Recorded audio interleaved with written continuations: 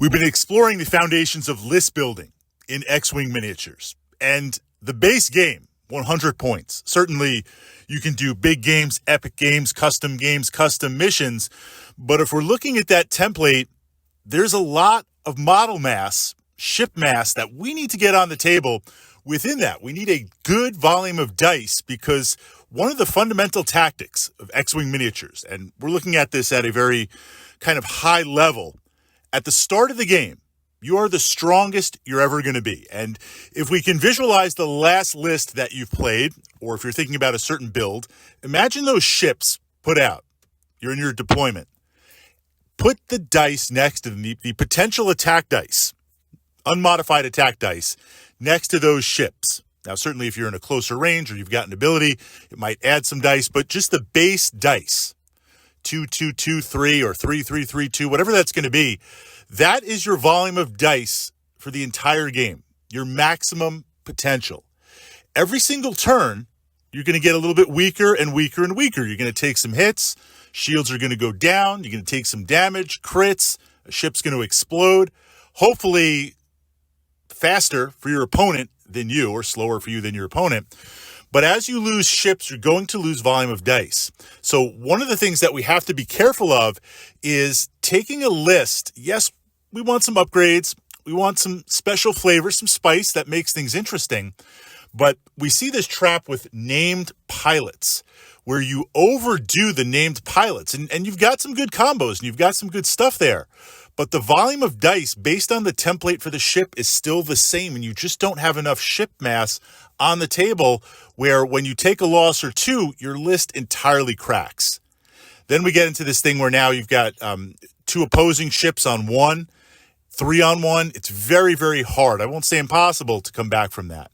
So the idea with named pilots is across the spectrum, we've got different ships with different profiles. Some have shields, some have more hull, some have evade, some have some special abilities, but you're paying the base points for that stock ship. And then from there, you're upgrading those points on the stock ship for a named pilot. And these are pulled from the various movies, the Star Wars universe, the various shows. And the idea here is pulling in a little bit of flavor from that Star Wars universe where now that pilot has a special ability. It could be additional attack dice. It could be making a free maneuver. It could be boosting another ship nearby. It's going to allow them to do something outside of the base rules. It's also going to upgrade their pilot skill. Now, it could be a modest upgrade compared to academy pilots or rookies. It could go from like a 1 or a 2 to a 4 or 5, or it could go as high as 6, 7, or 8. It could be very, very high. So you're paying for that. Now, the challenge here is, and there's a role for all the ships, but we're going to look at kind of the tie, right? Kind of the focus of the game. A TIE fighter, very low points, not a lot of survivability. The maneuverability is there, and that's what we're going to leverage to sidebar into a moment to some TIE fighter tactica. But we're going to get numbers on the table.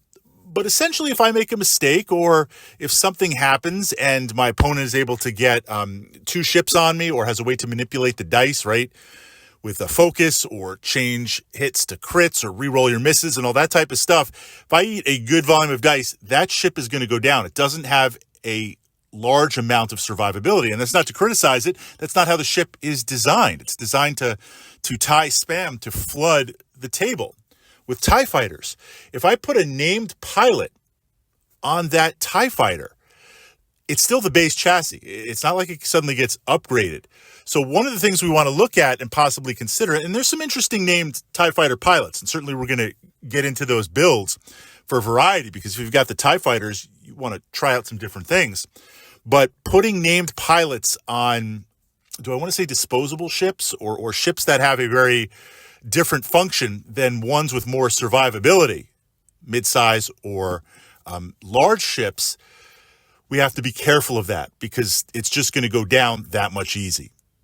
But we're also talking about points, because if I take all the named pilots or I put 2 or 3 into a list, then what starts to happen, again, I'm paying the base points for the ship, then I'm paying additional points for the pilot, And we haven't even gotten into the potential for upgrades yet. Now, certainly if it's a TIE fighter, no, but some of the other ships upgrades. I'm going in with what? 3 ships? Yeah, it's going to be potent, but I'm vulnerable to torrent fire. I'm vulnerable to that dice pool. I'm vulnerable to getting hit by it. So generally speaking, if I'm building a good meta list at 100 points, I'm going to take one named pilot.